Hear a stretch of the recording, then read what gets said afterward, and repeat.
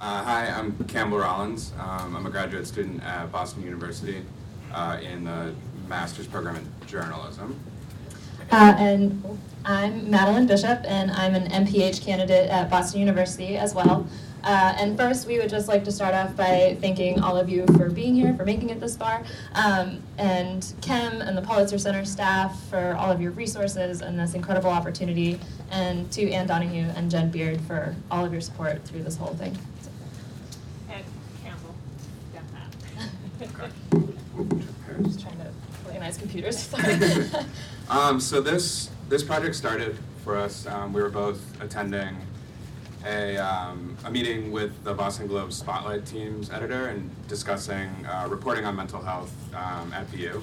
And we met each other after and realized we both were applying for the Pulitzer Fellowship, both wanted to report on mental health, and kind of came at it two different angles, me with journalism, Maddie with public health. So we decided to team up. And neither of us really knew anything about Guyana, except for that the World Health Organization ranked them first in the world in 2014 for suicide rates. It had 44.2 per 100,000 deaths attributable to suicide. And just to put that in context, the next highest was about 24, and the global average was 14 per 100,000 deaths. So we wanted to know why this astronomically high number and really get to know more about the story behind the statistic. And just to orient you, Guyana is a small country in the northeast corner of South America, in between Venezuela, Suriname, and Brazil.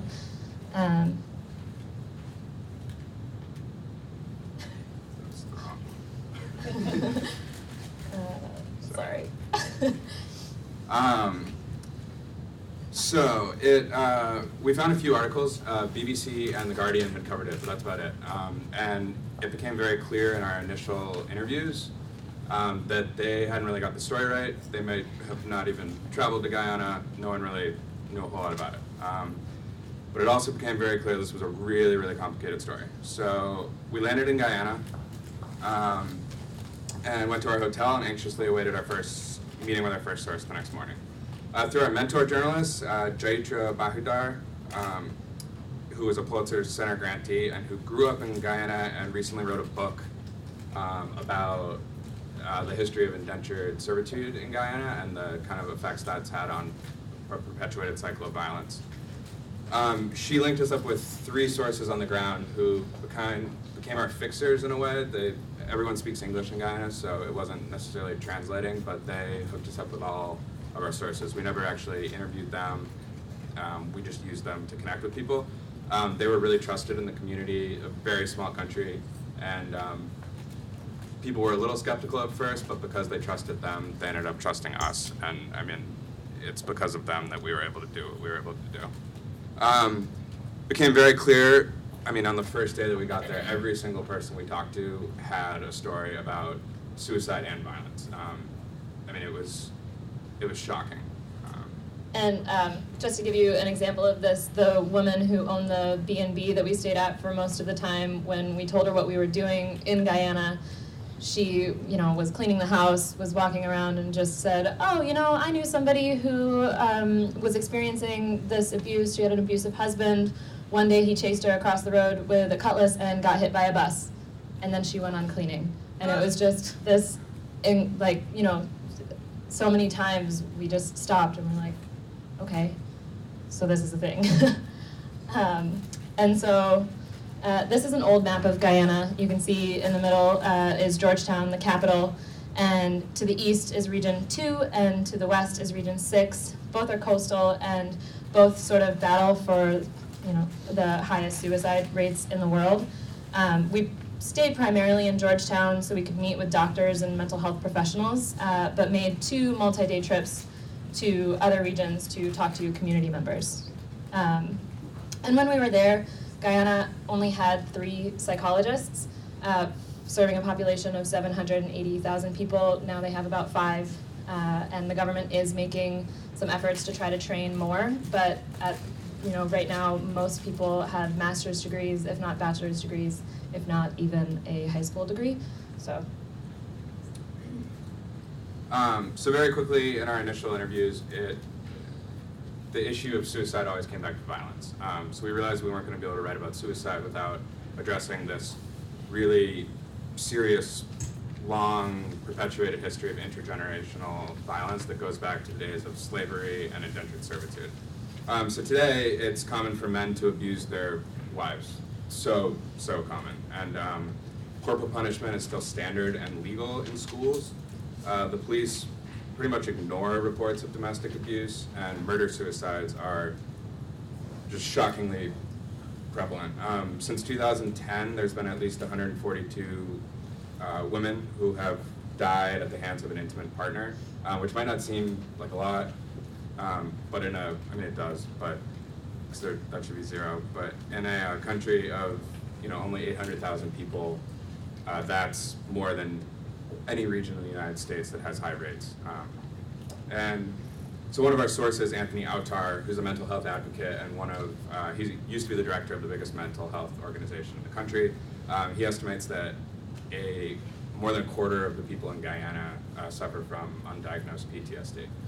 He said people are constantly walking around in fear. And so this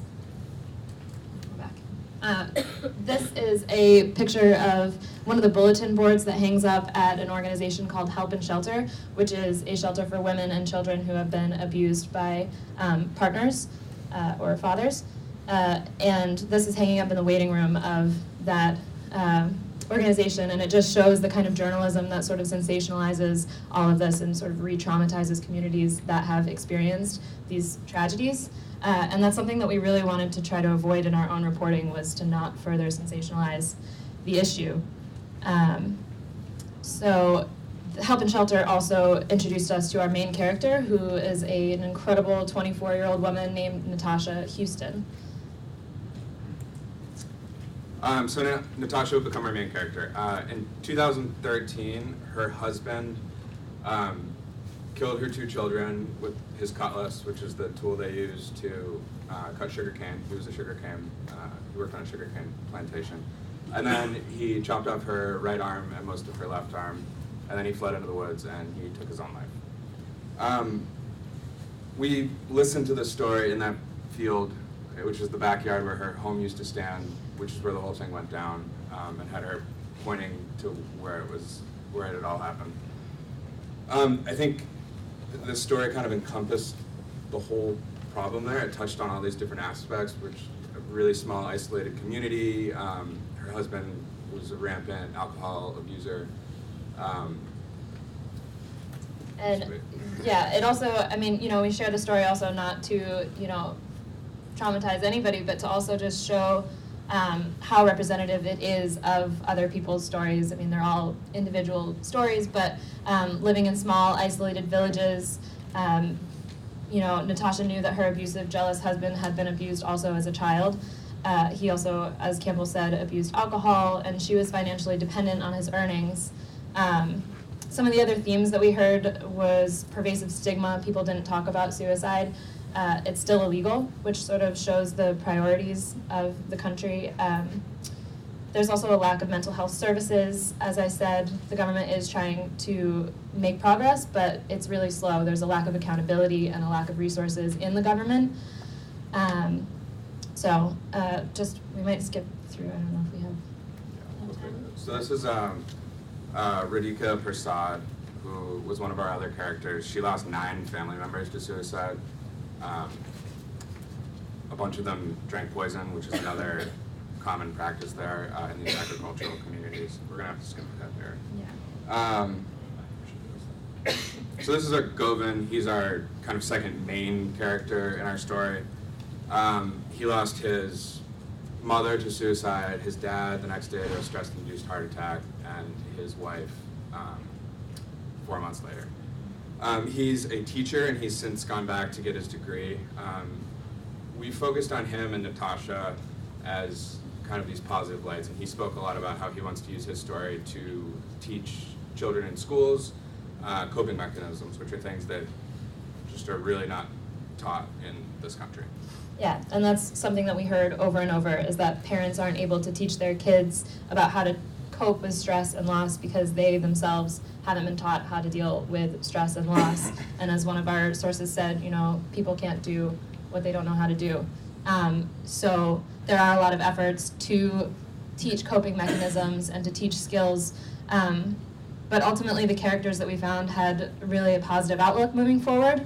Natasha told me that she and her boyfriend are hoping to have one more child, and she promised me that he treats her very well. I think this just really shows a great example of the resilience that people have and are able to build or show despite various traumas and tragedies that they have faced, which I think is very important, and also as a theme of this weekend kind of shows, it's very human. So thank you very much. Before I wanted to start it, there's something that's, I wouldn't say it's common, but it's becoming more common in Australia, that before community events, the person who is addressing the audience will give an acknowledgement to the native people of the land. And I figured today, not only is there's a history of Native Americans, so we're talking about Native issues, so I thought that I would do the same in my presentation. So what we usually say is, I wish to acknowledge the traditional custodians of the land we are meeting on. And I researched briefly, but I think it's the Nakacheng people. I wish to acknowledge and respect their continuing culture and the contribution they make to the life of this city and this region. I would also like to welcome and acknowledge other First Nations people who may be attending today's event. Can I particularly acknowledge all of those past and present, including our Indigenous communities whose love of this land has made this a place we treasure and a state we all seek to nurture. So with that, I bring you my project, and I want to give a bit of a preface that with this topic, I'm going to touch on a lot of different things because I feel that youth suicide in Indigenous communities of Australia is something that a symptom of a lot of other much bigger problems. So this covers identity, this covers culture, it covers health, and it covers youth too. So the statistic that began my research in the first place was last year, around about the middle of the year, there came out that, like the previous presentation, the youth suicide in the Kimberley region of Western Australia was the highest in the world, the youth suicide. And that really struck me, not only because of the scale and the scope of this problem, but also the fact that as a product of the Australian education system, I'd never learnt anything about the history, and that really, really bothered me. So that's what started my research, and it took me to Lombardina, which, as you can see, is right here. And it's a remote Indigenous community in the Kimberley region of Western Australia, and the Kimberley region kind of isn't really shown, but I think that box kind of approximates it. And usually Lombardina is home to about 20 to 30 people. And in order to get there, you have to drive from Broome, which is the largest kind of city.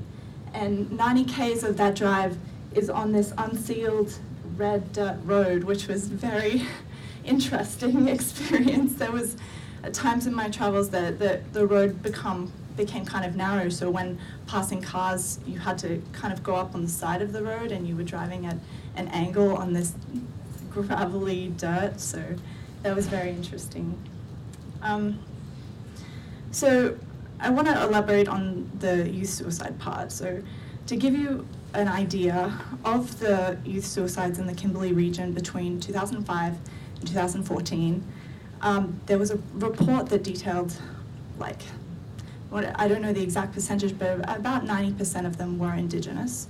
And of those, 68% were less than 30 years old, and 27% were younger than 20 years old. So this is really, really young. And I want to emphasize the fact that this is not news. This fact of such widely different suicide rates between Indigenous and non-Indigenous people is something that's fairly extensively covered, and especially in New Zealand and North America and the Pacific Islands. And First Nations people around the world endure disproportionately high rates of suicide. And Australia's divide in particular is very likely the world's worst. And as I mentioned before, this isn't just a suicide issue. I think that, and many do that youth suicide in Australia is one of the downstream effects of the intergenerational trauma, mass trauma, of those that includes the massacres, stolen generation, which was policy that was enacted in the 20th century that enabled forcibly removing children from their homes and their families, and just being pushed off traditional lands, which, as you'll find out, is really fundamental to the identity of Indigenous people in Australia. And yeah, so similar themes to the previous presentation too. Domestic violence and alcohol abuse are all interwoven in there, and it really needs to be considered in a very holistic way. So where I went, I went to a festival for a week in Lombardina, and it's not the kind of festivals we have here. It was the Calac Festival, which shortens to the Kimberley Aboriginal Law and Culture Centre Tri-Annual Festival. And it was the most significant Aboriginal festival of culture in the Kimberley. And it was attended by many of the Aboriginal communities in the area, up to about 2,000, I think, were there in this community that was intended for 30. So it was very overwhelming. But one of my interviewees said something that I think really resonates with the whole tone of my presentation, and that's cultural wounds require cultural healing, and that's something that I think isn't emphasized enough. At the moment in Australia, we have a federal and state policy vacuum for cultural maintenance. At the moment, it's lumped together with the arts funding, and that in itself is negligible. As a nation, we expend over $30 billion annually on Indigenous affairs, and at the moment, virtually none of that goes to positive, culturally based solutions that foster resilience in these communities. As an example, I think I read that some $6 billion of it goes to justice services, but I think this far outweighs that. And to give you an example, in 2014, which is really recently, our Prime Minister of Australia, Tony Abbott, dismissed the entire identity of Indigenous Australians by saying offhandedly that it's hard to think that back in 1788 it was nothing but bush. And this just goes to show the microaggressions that are still very much present in the highest office in Australia. So it's really, really problematic. And that in itself is erasure. And that's kind of what I brought up, especially in the education system. And I think it's important to realize in these situations that erasure is in itself an act of violence. And that's something that we really need to be mindful of, and including in every aspect of Australian life. This is a look at the landscape that I was at. It was just untouched, absolute beauty. And I think about 73, or it's around the 70% mark of the Kimberley is like officially native title land, which is really, really good. And I hope to see that with more of the urban areas in Australia. So that means by law, the Australian government recognises that Indigenous Australians were the first to own and occupy the land, and they have all the legal rights to it. And how they managed to get that is another story in itself, but let me just tell you, it's really, really, really unnecessarily difficult. So this festival I went to, it was at night. There were all these dances and celebrations of Aboriginal culture, and in the Kimberley there's over 50 language groups, so they were all different kinds. And I think something also to remember is, like, as an Australian we tend to lump Aboriginal people together, but they are so much identified by the land that they're from and the language that they speak that we need to identify them more in that way. But I'm going all over the chunk a bit, but I want to mention that these are the Marima dances, as they're called, and they're from the Mirrawong community, which is an area like east of Kununurra, which is kind of more toward the Northern Territory side. And a fun fact about these particular dances is that all of the fluent speakers are elderly, and the Mirrawong language is considered to be critically endangered. So not only is this a really colourful and beautiful culture, but it's also one that's disappearing. I think there are only 20 fluent speakers left, so it's difficult to, yeah, there are so many issues related to this. Something else I want to mention is that I spoke to, actually no, I'll talk about, so at the moment there's this project called the Yiraman Project, and it is this grassroots non-profit organisation that basically aims to put young Indigenous Australians back on country and on their traditional lands to learn from their elders. And they select youth that are at risk, and it was most amazing to me that I think they have very minimal government funding, and even though it's been proven with research by the government that this is a program that works, that this is a program that actually improves mental health in Indigenous Australians, it's something that so frequently still slips through the gaps of any kind of funding. So there are practices in place to restore this cultural identity, and that was something I really focused on in my research, is what are the methods out there that are doing this and how do we help? I am not Indigenous, and I was really mindful of myself pushing a narrative on a place that I am so far out of my depth on. But when I went into this, I wanted to make sure it was as collaborative as possible. So I asked the community which were the issues that they felt they wanted covered and what stories they would most like to be heard. And this was definitely one of them. And something I want to emphasize as I finish, sorry, is that this is a culture that it's really dire. They need funding and they're in trouble, but it's also a really colourful and vibrant culture. And I mean, 60,000 years, it's the oldest living culture in the world. It is also resilient. So, thank you. Hello, everyone. My name is Sawsan Morrar. I'm from UC Berkeley's Graduate School of Journalism, and I did my project on finding therapy in Jordan, on how Syrian refugees are seeking counseling and peer counseling in terms of the refugee crisis. So before I get into the story, I thought it would be important, since a few of us here did stories on refugees, just to give a bit of context as to who these refugees are and why they fled to Jordan and other parts of the world. Very, very brief.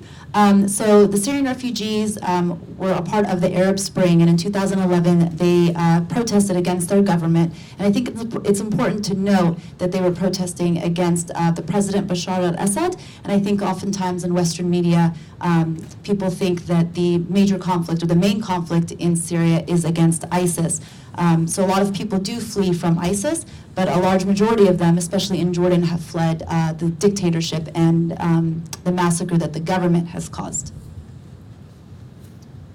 So in Jordan, there are 600,000 Syrian refugees, and that is the registered number. And it's very important to note that it's actually closer to 1.4 million, and the Jordan government does recognize this as the true number, but as you know, refugees are, coming out in and out of this very porous border, and so it's really hard for them to grapple with an exact number of refugees.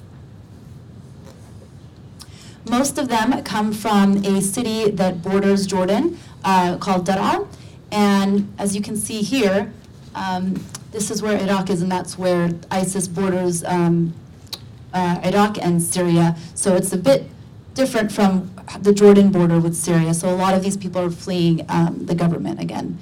Thousands of them find their way to Amman, the capital. Again, this goes against the narrative that we often hear in Western media that a lot of them are in refugee camps. And it's interesting because when I spoke with Kem in the beginning, before I went, I was very determined to go to refugee camps and interview a lot of Syrian refugees, and once I got there, I realized I really didn't have to. A lot of them were finding their way to the capital and making it their home, and I think that was a really interesting thing to make note of. So 20% of Jordan's population are in need of psychiatric care. There are 9 million people in Jordan. That is inaccurate there, but it's very similar to global figures. It's a concern. This is a global health crisis. It's a concern all throughout the world, and 75% of those suffering from mental health disorders in the world do not receive care. I would say in the Middle East and often other regions, a lot of this has to do with taboo, stigma, or denial. And some of the stories I'll talk about, you'd see a bit of a difference between gender as well. A lot of the male Syrian refugees told me that they weren't in need of therapy, and a lot of women were more open to the idea of having a counselor visit them. So there are about 60 to 100 psychiatrists in Jordan, and to give you a bit of context, that's about 1 in every 100,000, it's very general, but 1 in every 100,000 people. In the US, we have about 45 psychiatrists to every 100,000 people. And a lot of refugees ask me, why should I seek therapy? Can they really relate? They don't know what we're going through. They don't have an understanding of the things that we've been through. So they were very wary about receiving therapy from NGOs and psychiatrists. And others, said they didn't need treatment. That was my video. I'm going to skip the video for a second. So this is my main character. His name is Ubadah al-Asmi. And I met him through some other Pulitzer grantees at UC Berkeley. I met him through the center that they were reporting on. And he was a very interesting character I chose to focus on because he said something very interesting. He said that he was actually given the chance to move to Canada, and he turned it down so he can continue doing his work in Jordan. Ubadah is a Syrian refugee himself, and I should have mentioned earlier that I'm going to be talking about some of their experiences in their war, but I promise they're all very inspiring people, and they have a lot of hope. He was on his motorcycle, and he was shot in the spine, and when he went to go receive treatment, when he went to go have his surgery in Syria, the one doctor that was still there told him that it just went under his skin, and Ubadah said, well, then why can't I feel my legs? And it turned out that he was actually paralyzed. The next day he was sent to Jordan, where he went through a few surgeries, and he is still paralyzed. This is one of the other refugees at the physical therapy center I went to, and he is also paralyzed, but he does have some feelings in his legs, so he's going through physical therapy to try to be able to walk on with braces. And he talked to me a lot about how Ubadah was very helpful in encouraging him to try to walk. And he said that a lot of people don't understand that in order to improve in physical therapy and improve our health and our ability to get over our physical injuries, we need mental health therapy to get us there. So I'm going to go back and play a bit of the video that, I think if I just clicked it, right?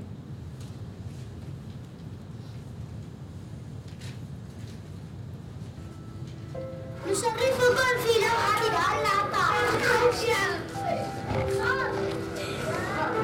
I'm going to scrub through it real quick to get to... أساسية لزوجتي وأولادي.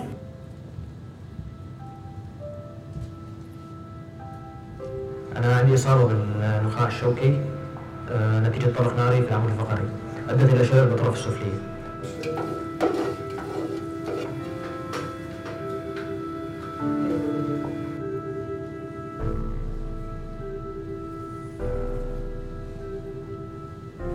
في شباب مثلا يتذكروا مثلا الحرب بسوريا وظل هاي الأحلام تضل تجيهم أو هلا هاي بتمر لمرحلة، يعني أنا مريت فيها. أنا أول ما جيت لهون لما كنت بالمشفى، لما كنت أسمع صوت طيارة كنت أفكر حالي سوري، لأنه الأشخاص الجرحى بعد الإصابة صار في عندهم نوع من آثار الصدمة النفسية نتيجة الإصابة. صاروا شوي منعزلين عن المجتمع، صاروا شوي اتكاليين أكثر من أنهم أشخاص فاعلين أو منتجين في المجتمع. فإحنا هون كان دورنا، يعني إحنا يعني نعتبر حالنا نموذج إيجابي مثلا، فصرنا إحنا نقدم حالنا لهذول الأشخاص كنموذج محفز. إلا لغة يخدم بغرفتك للحمام، ما مسافات قصيرة ماشي. يعني سألت هيك بدك تمشي هيك شلون شوي؟ لا يعني الجلسات عادية جدا، لأنه لحتى تقدر تحقق النجاح لازم تكسر الحاجز بينك وبينه. هلا أنا ما بفوت عليه بصفة إنه أنا مدرب وأنت عميل أو أنت متلقي خدمة، لا، أنا بفوت عليه من ناحية الصحبة والأخوة وما شابه ذلك حتى أقدر أثر فيه. جتني هجرة على كندا بس ما رضيت والله، الحاجة أكبر إنك تخدم بلدك كون أكثر. المدرب تبعي اللي كان عم يدربني يعني هو كان أكثر واحد يحفزني، اللي عباد أروح هناك في فرص نفتح لك أكثر وفي قلت له أنا والله المشروع اللي بديناه هون نكمل فيه أنا والله.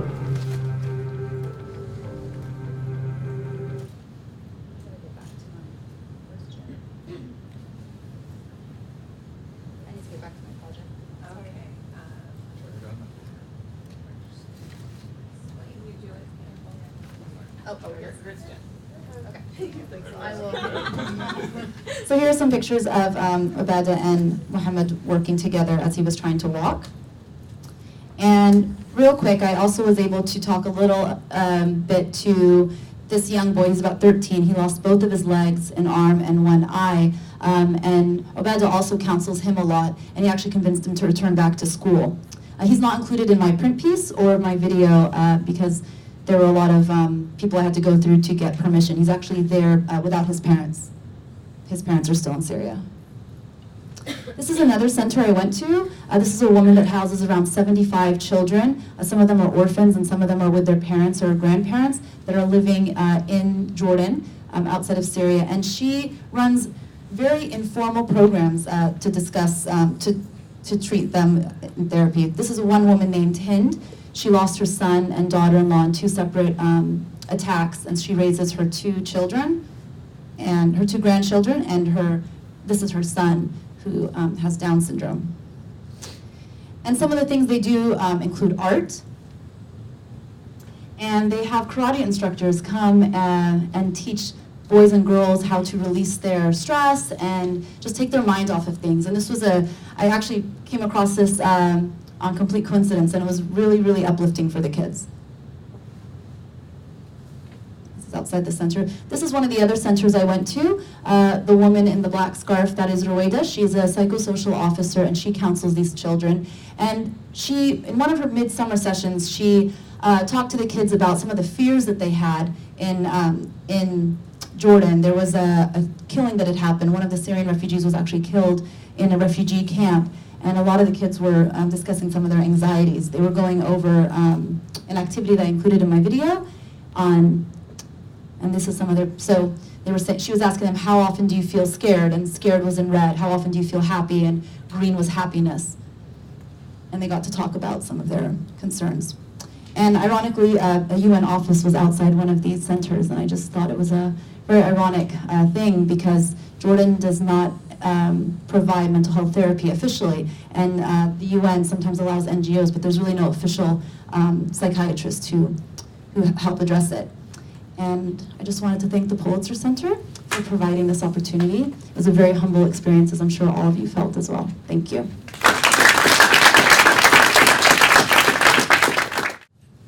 Hi, I'm Ambar Castillo, and my project was on the power of performance and health and the arts in India. So, when I realized I was able to merge a lot of my interests, because as a theater major and a former nutrition educator, as well as a huge Bollywood fan, and someone who was really interested in how disproportionately affected the Asian Indian population is with chronic diseases like hypertension, diabetes, and coronary artery disease,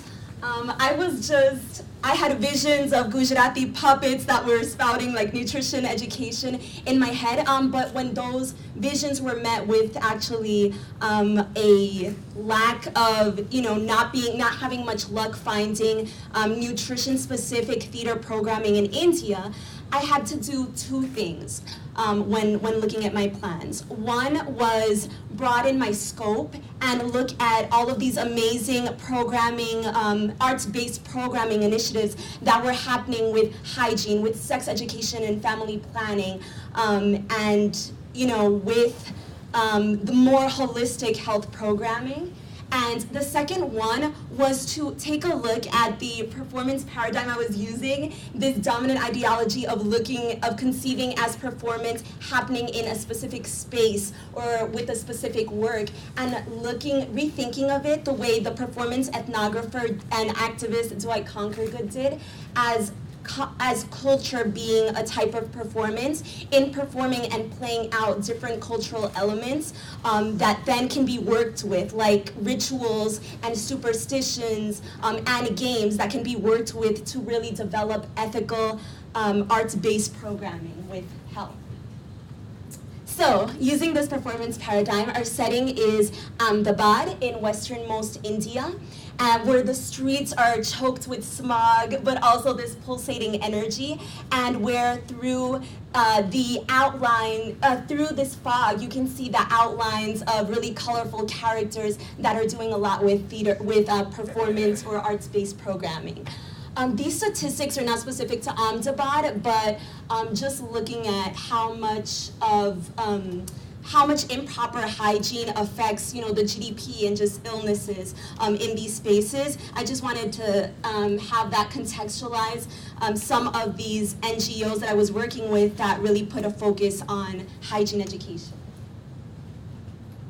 So some of our characters were from Manav Sadhana. And that was the major NGO, the predominant NGO that worked with the slum communities in Ahmedabad.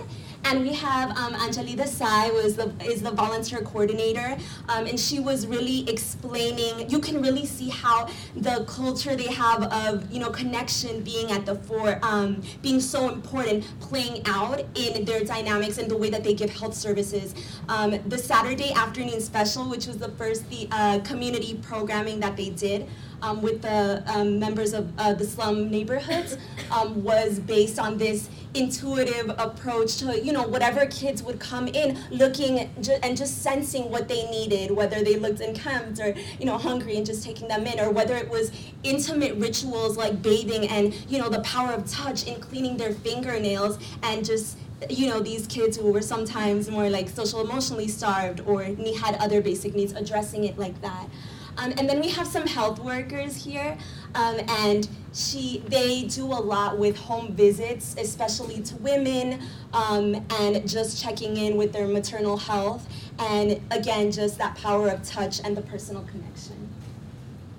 And this is our breastfeeding clinic, and we have the health workers actually dressed up and did some dance drama as well as some singing.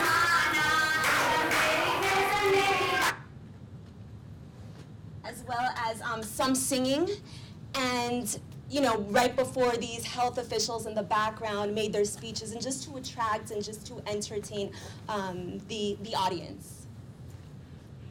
Oh. And we also have, though not specific to health programming, Nima Patel, who was actually a hip-hop artist from LA, and then he gave up the industry and worked with Manav Sadhana for the past, I believe, 8 years.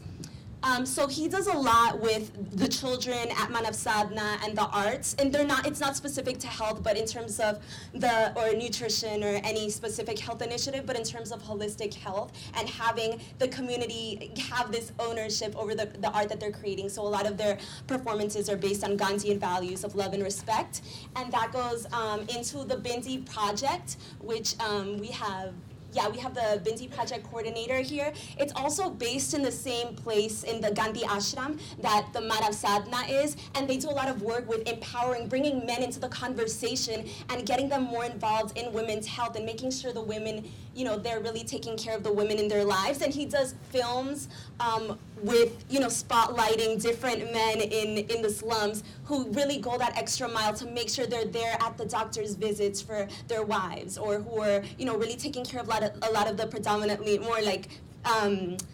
the tasks that usually women do, like more cooking and cleaning, so that they can give all of their attention to their women, to their wives that are having health issues. And this is actually a Saturday afternoon special that incorporates a lot of, garba and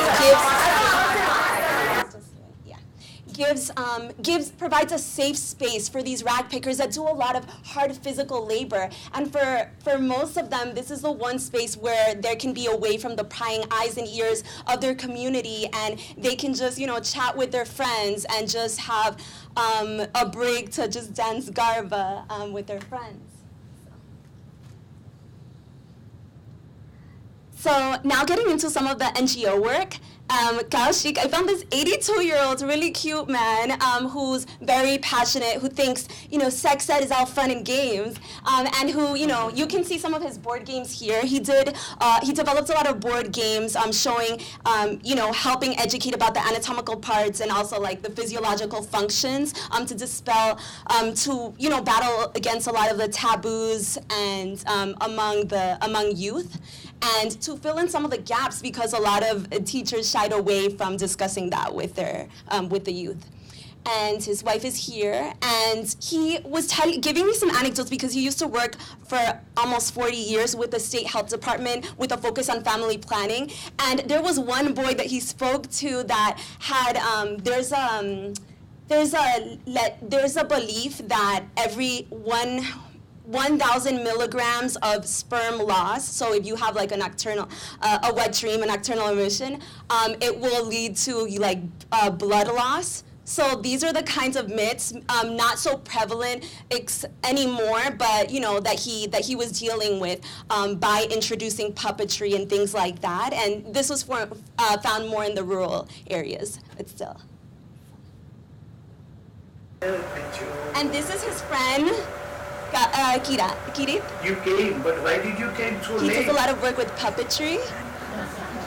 Then I used the very popular slogan. These are male. They are never blamed for anything. And they are like a jug who can wash and becomes clean. You are king and I am queen. Today we will enjoy and we won't worry about it. You will have to go with a water for open defecation early in the morning. What? We don't have a toilet at house. A liar. Your family is liar. She's not having it. I would like to live it. I would go to my home. There is a song, very popular song, film song. I started with film song, which was very popular today. Then I started singing. Now it is also singing. झूठ बोले कौआ काटे ऐसे कौए से मैं डरूं इस कौए से डरियो मैं मैके चली जाऊंगी मैं मैके चली जाऊंगी. Please don't do it. I would definitely get a toilet to be constructed at my place immediately. Please. And a happy ending. Yay! Okay. Please don't go. Please don't go. I promise you to get a toilet for you. Okay? So you can really see the role of cultural adaptation when he does these performances. He puts them on. His wife actually creates the puppets, and they founded an NGO, Ashkar Puppets, and they actually lend out the puppets they make and to certain NGOs that do HIV/AIDS education. Just keeping the exhibitions. But not everyone agrees that art is relevant to health education, and this is one of them. He's a director of a health clinic. Just keeping the exhibitions and the diet exhibitions is not going to solve the thing. Or just bringing out the rallies and with the t-shirts and this, that is not going to change the thing. Because they should understand that what is diabetes, what can happen if not treated, what's the type of treatment, what's the type of non-medical way of treating the diabetes, non-pharmaceutical means. There's a diet, exercise. Okay, yeah, I just got this up. Can I just do one last thing? Okay, cool. So yeah, sometimes it's seen as superficial or that it's irrelevant again, and that Bana for Development Coordinator. If I could just have 30 more seconds, just something he said. Okay, cool. Just inspiring words. Is why the street theater, that norm is used. Let us do street theater and we aware people. See, that approach itself has ego, that we will teach people, we will advise people, we will tell them this is the way they should live. Sure, that entire approach is an approach where you won't find drama. Yeah, so, he's speaking, this is that Bana for Development, which is a great, a world-renowned performing arts organization that does a lot of focus with social justice. And he was just relating to that top-down approach of we're the health experts or we're the outsiders coming in and telling you what it is versus culturally adapting to every specific community. And, it's so multicultural and diverse as India is. They do initiatives where their members go into the communities for months and really learn, the local legends and customs and really incorporate that and have the communities even the community members participate in these initiatives so that they can create a sense of ownership over these theater and arts opportunities. And I'm out of time, okay, I hope you guys can ask me questions about ESI. Okay, really cool. And some of these women and him. Yeah. Yay! So hi everyone, I'm Pat. I'm from Northwestern University and I just graduated this June. So I left the Philippines in June 2016 and that was a few days before President Rodrigo Duterte, the strongman who promised to wage a war on drugs, stepped into power. And that was a few days before bodies started showing up on the streets labeled with cardboard saying, "I'm a drug user, don't imitate me." And that was days before suspected drug users started getting killed in their own homes, in front of their families and in front of their children. And while I was in the States, I was monitoring the news from afar and I saw so many images like this in the media, images of just more or less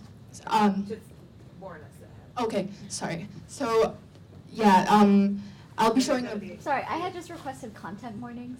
I'm sorry about that. No. Okay. Not to cause any confusion. Okay. It's like sort of at the beginning.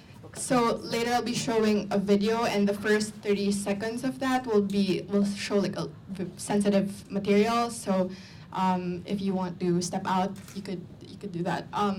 So yeah, I saw so many images like this, and I myself was very disturbed. And I thought to myself, if I thousands of miles away was disturbed by this, I couldn't even begin to imagine what people who were living this reality every day and every night were feeling. And I saw very little reports about how families were affected and how this was taking a psychological toll on them. And so with the help of the Pulitzer Center, which I'm very grateful for, I traveled back to the Philippines in July and did stories on the psychological toll of the drug war and the barriers to mental health services there and accessing mental health services for families who lost loved ones to the drug war.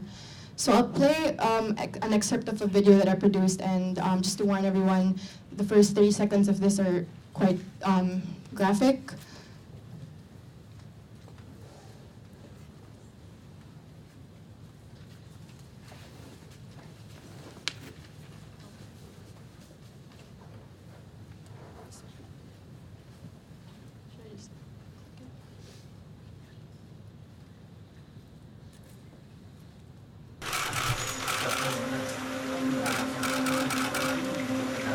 Since President Duterte's drug war began in July 20,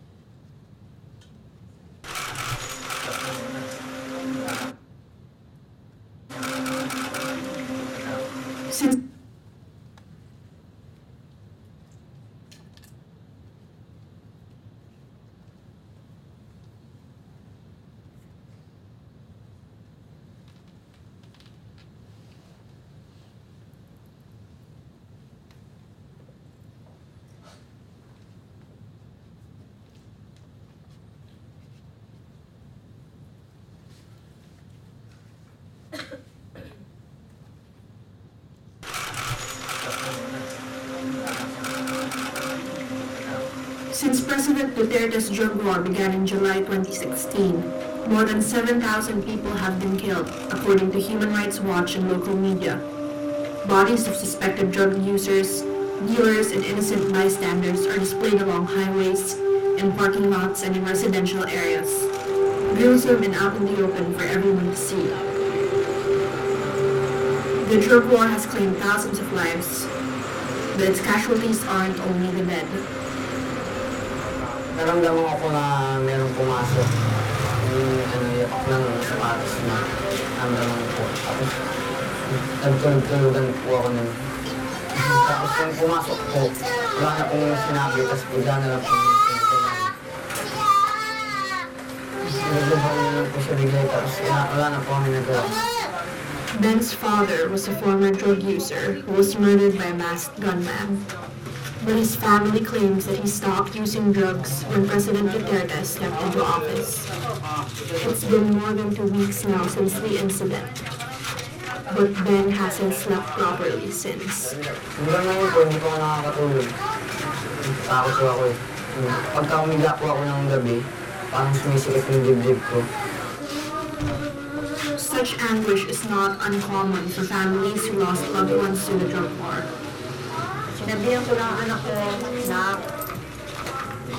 ang nakita mo na wala na tayong magagawa sa bagay na yun para hindi na tayo balikan. Sabi ko na wala na tayong dapat pang isipin, tanggapin na lang natin na wala na si Papa. 2 weeks after the murder, Cecilia and her 7 children moved due to threats to their security. Hindi kami makabalik sa bahay. Kasi nga, may bumabalik. Sabi ng kapitbahay namin, may bumabalik daw doon. Balik namin doon. Nagabalik ko kami. Pero na ako. Kasi nararamdaman ko yung takot eh. Minsan naglalakad ako, nangihinig ako. Pero nilalakas ako. Gusto ko na magtrabaho sa ibang bansa. Kasi kung dito lang ako, hindi mawawala ang takot ko sa dibdib. Hindi mawawala yung takot ko na kahit naglalakad ako, na kahit anong oras pwede nilang gawin sa akin kung anong gusto nilang gawin.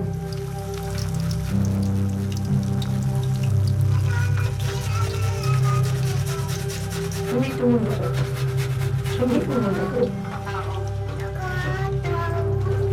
Kaya yung mundo ko na masaya. Wala, hindi na ako masaya ngayon. Naging tahimik ako. Yung isip ko, hindi ko na kayang pakawalan. Hindi ko sabihin ito ng 10,000 na ang pinatay. Dahil sa likod ito, 10,000 ito ay may mga nanay, tatay, at kamatahan ang naiiwan. So I'll stop it there. So that gives a brief preview of how this family was affected, and she's not alone. There are many people like her. So during the course of my reporting, I interviewed volunteer psychologists who counsel victims' families, and I also interviewed other families affected by the drug war, and also activists, organizers, and government officials. And so, as the volunteer psychologist I talked to said, many of the people that she counsels have depression, PTSD, some form of anxiety, paranoia, and even suicidal ideation. And when this woman's stepson was killed by, after being last seen with police officers, she said that she went to the government to ask for help, and they gave her money to bury her stepson, and that was it. It was as if she was just expected to move on. And that's a common narrative for these families. They're given a little bit of money to bury their dead, and they were alone from there on. And she made this good point saying that sometimes families don't just need money, sometimes they need emotional support.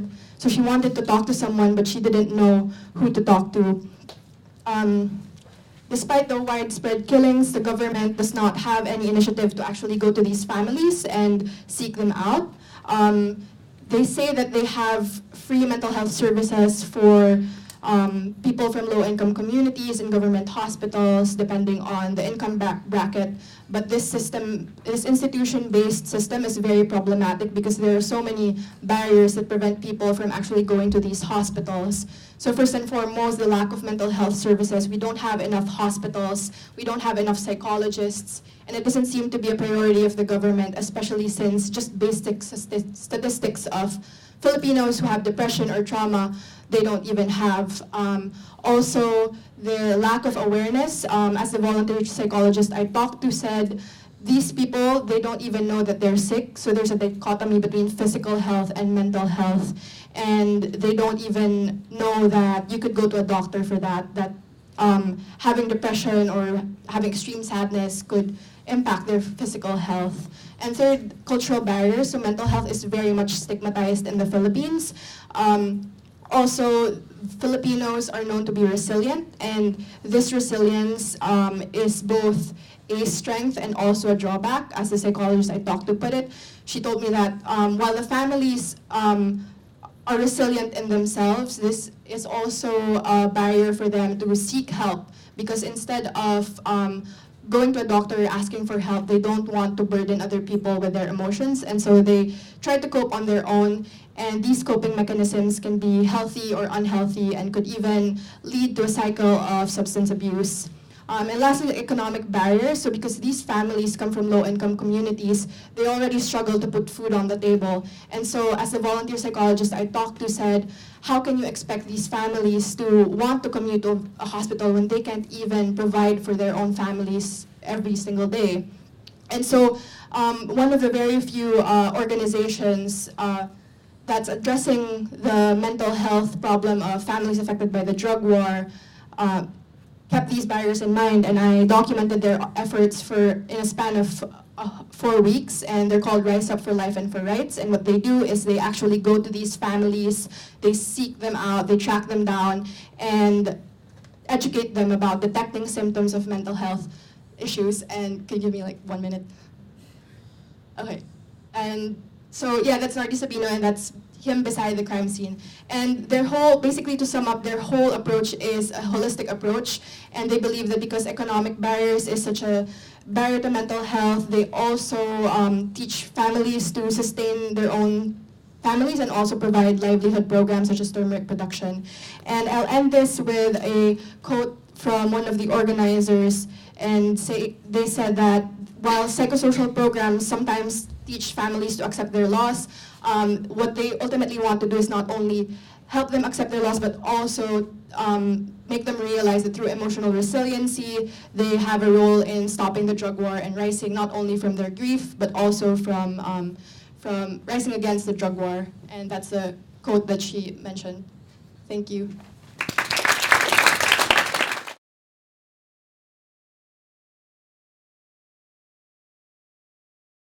I'm actually going to start with the first question, and I know that I talked to some of you who covered very difficult issues. We discussed self-care in dealing, and reporting on very traumatic issues. So if anyone wants to talk about, not necessarily personally, but just what you recommend for people in the room who might also be covering difficult issues. Do you have advice, or is there counseling available? That's a good question. I could start. Oftentimes I would go to my interview, and then I would wrap up, thank them, and then, grab some food with a friend, and I remember feeling like it was like an on and off switch, and it started feeling very wrong after that. So it was really, it was important to balance that. You don't want to go in with such a guard up that to them, you seem indifferent to some of their pain, but at the same time, you wanted to also protect yourself in the sense that, almost every day you're talking to people that really suffered a lot of trauma, and to keep in mind that you're trying to get a story, but you're also trying to be sympathetic, understanding, and not try to, pull so much information that you're hurting them more. I had a teenager walk out of one of my interviews when I asked her mother what was the most difficult thing about losing their father, and she deferred the question to her daughter, and her daughter couldn't answer it. So I think seeing that they lost their father, he was tortured and killed, I think I pushed a few buttons with the daughter. So I think there's a very fine line in getting the story, but also protecting them and also protecting yourself. I think there's, yeah. Anybody else? I think that's a great answer. And also I just wanted to say, Poonam, that is a great idea. Content warnings, writing about and talking about mental health is definitely a learning experience, so added that to the bucket. But one of my ways of processing the whole experience was actually to write an article about self-care in sort of a personal but also sort of a public healthy sort of way. And so a lot of the things that I realized I experienced coming home, sort of like delayed reactions, that sort of thing, were symptoms, I think, a little bit of those really hard conversations that I didn't deal with until I really got home.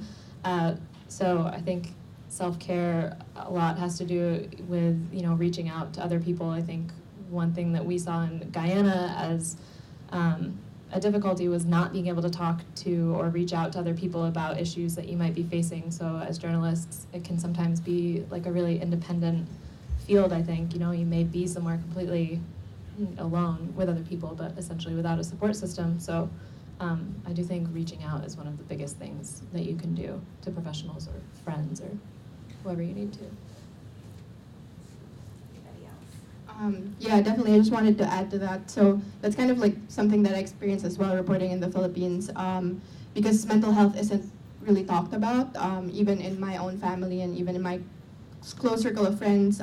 You really have to actually make them feel that you need to talk about this. Like, it's not natural for people to just assume that, that you're not okay, like you're psychologically affected as well. Sometimes they have this misconception that journalists are like, hardcore and they have no emotions and they don't get affected whatever they see.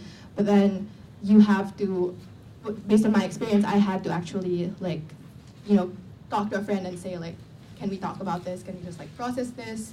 So definitely having the initiative to step forward and just say that you need a little bit of debriefing.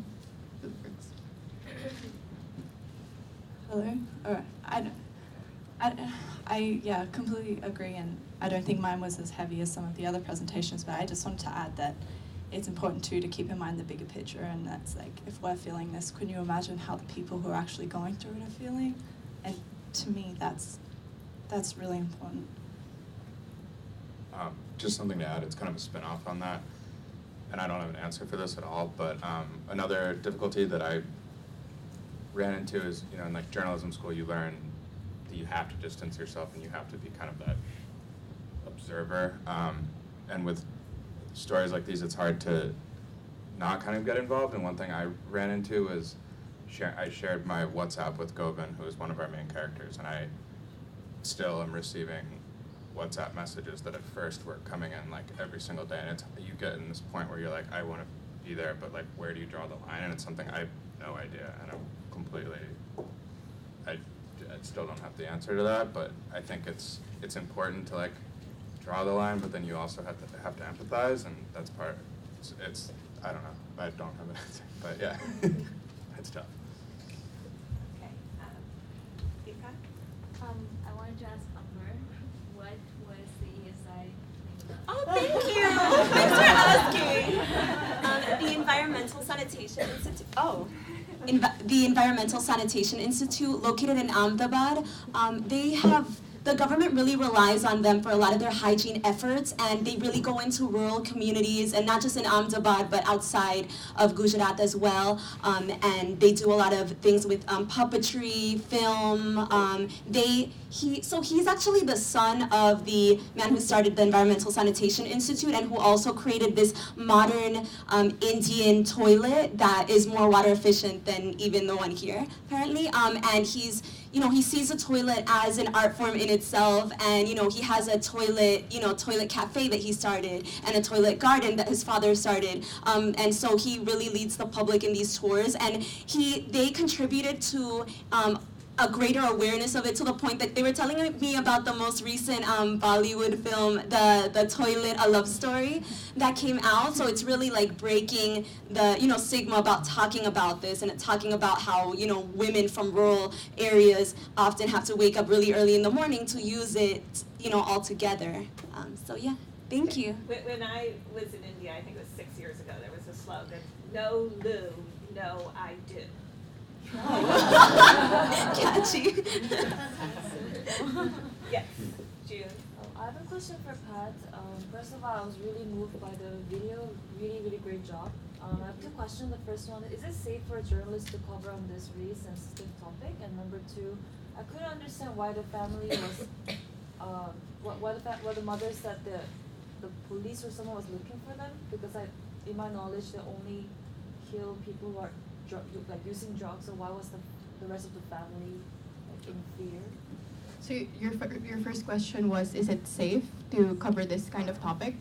There are definitely risks to it, but I made sure to always report with a partner, at least one person, and he was my fixer, and he did a really great job with making sure that the surroundings were safe. He stuck by me throughout the whole time. For your second question, so she was scared. A lot of families are actually scared even after the incident, and that's why, as the psychologist I talked to said, a lot of them are traumatized because for some reason vigilantes or police usually come back to the houses, and especially if they're witnesses, neighbors would say that there are people looking for them, and so that's like a constant fear among so many of the families that I talk to, and it's definitely something that makes the trauma even worse. Okay. 1, 2, 3. Yeah, I also have a question for Pat. Given all that you just said, I can imagine that access might be an issue. So I want to ask you how you found your subjects. So I met her during my first night of reporting. I went out on the night shift with fellow journalists, so that's what they usually do. A pack of journalists cover every night and just go to these crime scenes. And my fixer knew a colleague who met this woman, and on the night that I was there, her husband's casket was being delivered to their house. And so the journalist that I was with already had this kind of connection with her. And when she arrived at her house, there were a lot of us, and for some reason, she didn't mind being photographed. She didn't mind being interviewed. And it was a little bit I felt really uncomfortable just photographing, but then without even meeting her. But then after that whole incident, I had a long conversation with her in her room with just the two of us and her children, and just talked about, without the camera, just kind of talked about what happened. And I tried to start the conversation in a very light way and made her feel comfortable and didn't want to invade her privacy, not make her feel uncomfortable with it. And so she warmed up to me, and I explained what I was doing. I explained the purpose of my project, and she gave me consent to interview her and film her, because she said that she really wanted people to know about her story so that she could be helped by people who read her story or watch her story. Yeah, you were next. Again, I have a question for that. First of all, great job on your project. And my first question is, how did you figure out that where did you want to go? Did you find there were certain areas that this thing was happening the most, or? Yeah, definitely. There are certain areas where the killings have been concentrated. So a lot of them most of them are in low-income communities, but there are specific low-income communities. When I was there, I think there were 3 specific low-income communities that was seeing a high spike in killings of drug users. And so I went to 2 different communities, and it just so happened that this woman was living in one of those areas. I think questions for other people on the panel. Yes. I have a question for Morgan. Before you pass the mic on. Thank you for your amazing presentation. I the visuals were just wow, and like your approach was so sensitive. It was really beautiful. I had a question about how you balanced sort of your own goals and what the community wanted you to cover. I think you mentioned that you asked people what would they like covered. So I just was wondering if you could talk to that a little.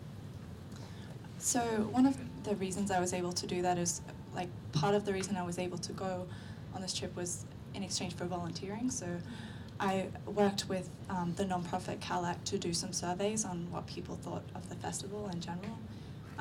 And yeah, I was able to include in that, you know, what did they feel the issues that are most important. And in addition to that, because they had the annual general meetings of all these organizations, there were certain issues that were brought up all the time by the women's meetings specifically and the men's meetings, from what I heard, because it's kind of gendered in that way. But yeah, does that kind of answer your question? So that I was able to do it in that way. I have a question for Morgan as well. I think several indigenous communities in the world, I know that firsthand in the Native American reservations here, a lot of Native American people believe that when they are photographed, their soul is captured in the photograph, so they resist being photographed. I hear that that's true about some communities in Australia as well. So did you kind of face any resistance to, from the people in terms of getting photographed? Well, I think it just comes down to that question that I think applies to any project, and that's you don't do it without consent. And I worked with one of the people who was running the festival, and I had an agreement with him that before I publish anything, because I haven't published anything yet, I would send him the photos, and he's well connected in that community, that he would never let me publish anything that wasn't okay with them. So that's a kind of process that I will do before we publish to make sure that that's okay. And I trust his judgment. Okay. Candice and then Bill. This is for Madeline and Campbell. I'm just curious, because Guyana has two very distinct ethnic groups. So you have your Afro-Guyanese and your Indo-Guyanese. Is the suicide issue, is that something that's more prevalent in one ethnic group versus another, or can you go in a little detail about that? Yeah, 60%. I think it's 60% Indo-Guyanese. Indo-Guyanese are also more concentrated in the smaller rural communities. It's happening everywhere. It is significantly more prevalent in the Indo-Guyanese population, but I think that's also has a lot to do with the nature of those communities and kind of the quality of life in those communities. Okay, Bill? So just to follow another question relating to photography, this is to Morgan, following up on the previous question. You mentioned to us that you're going to put a little warning at the beginning of your piece that might be read by the indigenous people themselves, that there could, because of their religious or cultural beliefs about mentioning or photographing or seeing photographs of people who have died. Could you just explain it sort of? Right, yeah. So it's very leads in from the previous question, and that's so within the language groups, like every language group is different and they have their own laws and customs, but there are some things that are shared among many communities, and one of that is that, and I feel like I'm really not supposed to be the person who's talking about this, because I know so from research, and but from what I understand, and that's my perception, is that when someone from the community has deceased, many believe that you are not allowed to mention their name, and since colonization, show their image, because that didn't exist before colonization. And there's a fun fact, but that's become very difficult because they have like these bereavement terms that they will like substitute the name for and use that instead. And on some occasions, this is just a side note, that the person who's deceased was named Tuesday because the settlers who came in gave them the name that they were born on. And so when that person dies, the people in school can't say Tuesday anymore, and it's really interesting. But so many people who write and photograph on Indigenous Australians will include a disclaimer at the beginning of the article or the book that just basically says, to any Indigenous person reading this, there are images or information about people who have deceased, just so that they're aware of that and they're not deeply insulted, because they believe that if you were to mention the name, that it's disturbing their spirit. So, yeah.